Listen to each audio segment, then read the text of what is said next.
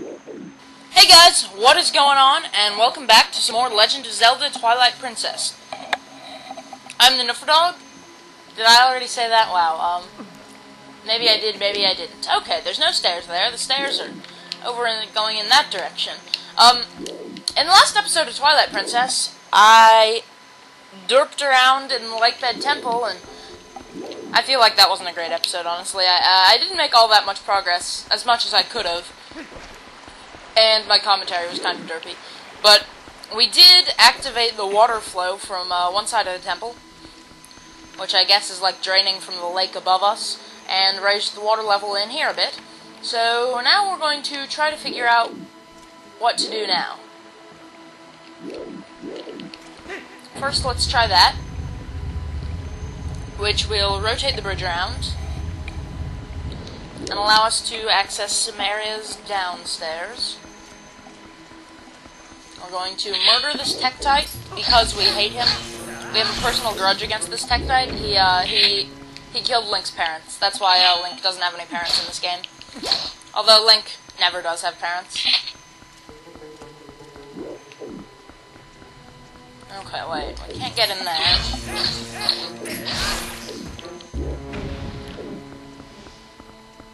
Am I forgetting something really obvious? I kind of have a feeling that I'm forgetting something really obvious right now. If we did that, this would be going from here to here.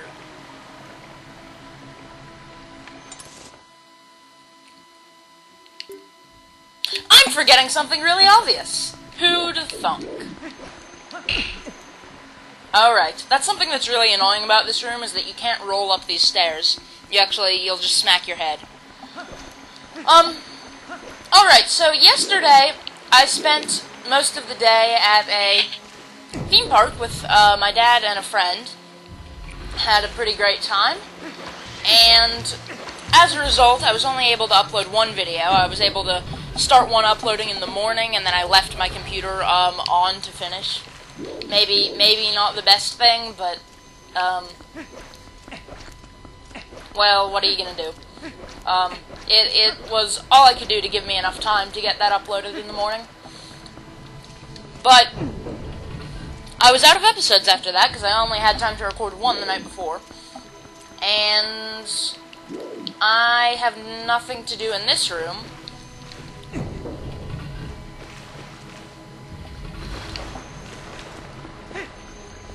But yeah, now that I'm back recording some more episodes, let's see, can we drop down from in here? We actually want to be in the room below this one, but I think what would be easier than having to go back through the main room and all that would be to simply drop down from above, like so.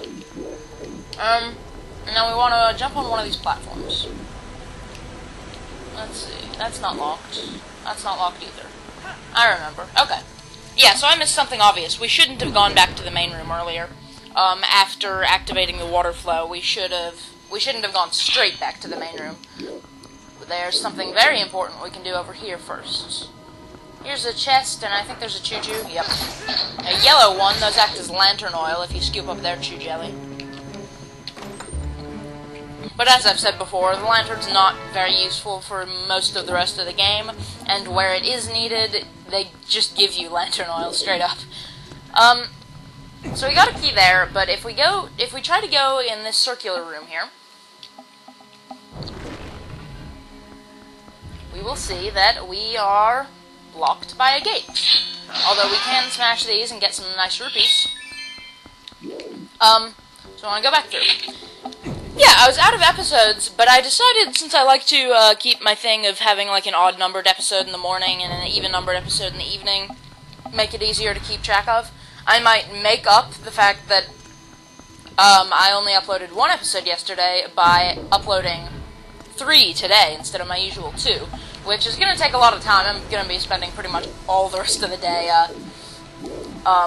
uploading and rendering videos. Not all the rest of the day, because I have other things I need to do, but a lot of time. I'll probably, leave my computer AFK and that sort of thing. So now that we got that key from over there, we can kill this Helmasaur because we hate Helmasaurs. Once again, we have a personal grudge against this particular one. He killed Link's grandparents. Yeah. Because he doesn't have any grandparents in this game either. Now that we have the key, we can go through here, which is technically part of the same room. It's kind of cool how these doors have the little, grates on the bottom, to let the water flow through. So this room, we just want to avoid the jellyfish, and also, crap, also want to avoid the current. Oh, right. We want iron boots down here, so that we can water bomb this rock. This particular, like, color of rock, the texture on this rock, is how you tell that it's one we can... No, I don't want to lock onto you. I was trying to use my shield to protect me from the bomb blast, because I was kind of close to the bomb. Now, here's this shell blade. We can, yeah, shell blade, that's what it's called.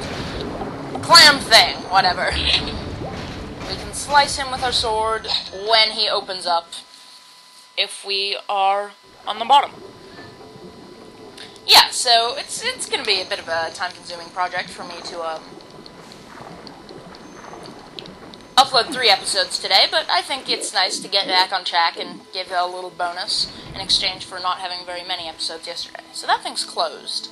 And what is this? It's a little tadpole enemy. So if we walk around here, we see there's not much we can do. And I think the little tadpoles keep falling. Yeah, they do. But what we want to do here is look up. Holy crap, what the hell is that? It is ugly. Yeah. It's a giant frog mini-boss. And it is freaking hideous. This thing almost, like, it creeps me out with how... I don't even think frogs are particularly gross, but this thing is ugh. This thing is ugh. I'm very eloquent today. So, it's got that, like, those, like, eggs on his back, which somehow hatch instantly, and so he spreads his little minions around. Now he's jumping up to the ceiling, so we have to watch for his shadow to avoid him. But then when he lands, he's going to be tired, and we can slash at his tongue. What are you going to do? Oh, when he does that, we want to fire a bomb arrow into his mouth. Somehow the bomb exploded twice. Did you notice that? It exploded when it first hit him. When it first hit his tongue. But then he did the whole animation like he ate the bomb and it exploded in him or something again. And I wasn't quick enough that time. And he just released more tadpoles. Spin attacks are very useful for taking these guys out. Swarms of smaller enemies. But the auto lock is also pretty generous with these guys. Ah, I think I just missed an opportunity to bomb arrow him again. I like how the music gets like really, oops, that's not what I should have been doing. Oh, we can actually, it had the opportunity to use a finishing blow, but it wasn't necessary. We have killed the freaking ugly frog thing, and what? Did he just, okay. No. No. No. No. No. Is this thing clean yet? Like, push it around in the water, let it get more clean? Okay. It's gross, but we shall open this and get... You got the claw shot! It's a long chain with a claw. Set it to B on the minus screen. Aim with the Wii remote and fire with B. Hook the claw to distant spots with a little icon to jump there. When hanging from the ceiling, move up and down. This thing is amazing. Like... Seriously, this is amazing. I mean, the hook shot was really cool in previous Zelda games, and this is basically just a new version of the hook shot, but it's kind of an improvement because you can hang on things instead of just dropping immediately when you go to a point. You hang down from them, and you can raise and lower yourself. Which is pretty neat. So you can, like, attach yourself to moving platforms, and, like, wait for timing, that sort of thing. So we can get optional stuff by going up into these little alcoves. But it's just pots to break, nothing particularly exciting. Restore our health if we lost any in the battle, but the tadpoles work pretty well for that. And get some money. Because money is good. generally. I think I may have missed an alcove up there, but oh well, they don't have anything particularly important. Even though there appears to be like a grabbable handle thing there, we can't do anything with it. We want a claw shot up here. See, it's a weight activated thing there, only it doesn't have like a handle on it, so we need the claw shot to get to the little claw shotable point. Kind of makes a little more sense how you can stick in things effectively if it's got a claw on the end rather than just a hook, or just a like a piercing arrow type thing.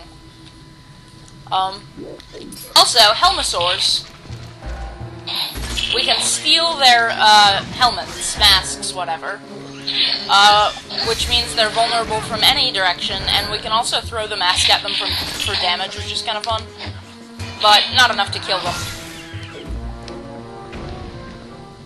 You gonna give me a heart? Nope. You're a jerk.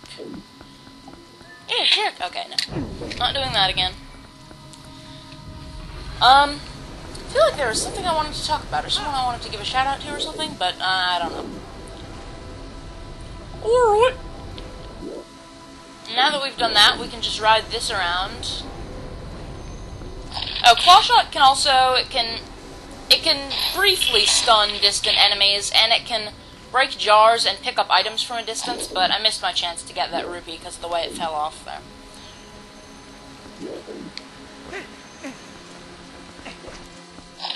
We can do this. Totally pointless, but we'll do it anyway to demonstrate. Besides, I did want that part. Alright, now is when we want to go back to the main room. Because I know what we have to do, but I was thinking, but there was a switch that we needed the claw shot for. Because you may have noticed in the main hub, there are... Okay, I'm not even going to bother finishing that guy. I'm just going to leave him there to spite him. Because Helmosaurs are kind of annoying. There were, let's see. Oh, navigating around this room also becomes a bit easier now that we have the claw shot, because we can attach to these vines. Claw shot can hook on vines. This we can't lower ourselves down, but we can climb on the vines. Kill this guy, because I think this is the same one that killed our parents. And you can see most enemies aren't actually damaged by the claw shot, besides really weak things like that, but you can stun them with it briefly, kind of like the Gale Boomerang. Yeah, there are these switches, are claw shot points. They work just the same as the other things that we pull down on, just that these ones we need the claw shot to get at, and I just hit my mic. And now there's water flowing down these stairs. This is kind of important because it means we can't get up the stairs. That's rather silly looking, swimming in there. But it also means that there's water going through this door. There's a little grate on the bottom, which will move this water wheel and allow us to get through here. Once we kill the Tektite, because we hate Tektites. I hate Tektites. I'm just gonna operate on the assumption that the rest of you hate Tektites too. They're annoying. Oh boy. I dislike this room. Because the bottom of it is, well, there is no bottom. It's a bottomless pit. One of those things where if you fall, you just take some damage and respawn at the beginning of the room. You can destroy these and not get the rupees. But what we want to do here, I think if we hook onto this hookshot spot here, claw shot, rather, we can drop down, get this chest. The claw shot does have a bit of a limited range. Water bombs, nice. Yeah. It does have a bit of a limited range, so sometimes you need to make several shots to get closer to something. But get on over to these vines, and then we can climb around. Voice crack. Climb up. And around. Wow, that sounded like a cat. Okay. Over here. No, over here. There we go. Okay. There's several doors in here. This is the same sort of setup as on the other side of the temple, where it has sort of a room encased within another room. Rooms within rooms. Roomception. But this particular inner room actually goes down on 3 floors. Here's another one of these guys in the bubble, but these guys are so much easier now. I mean, they were already easy, but we don't even have to waste a bomb. And the bubble just sort of vanishes after we kill the guy. There's another water wheel. Can't do anything about that. Here's geysers. I think. Yep. Bomb arrow that. Not the other. Can't do anything about the other. Come on. Ah. Climb up. Wait for it. Perfect.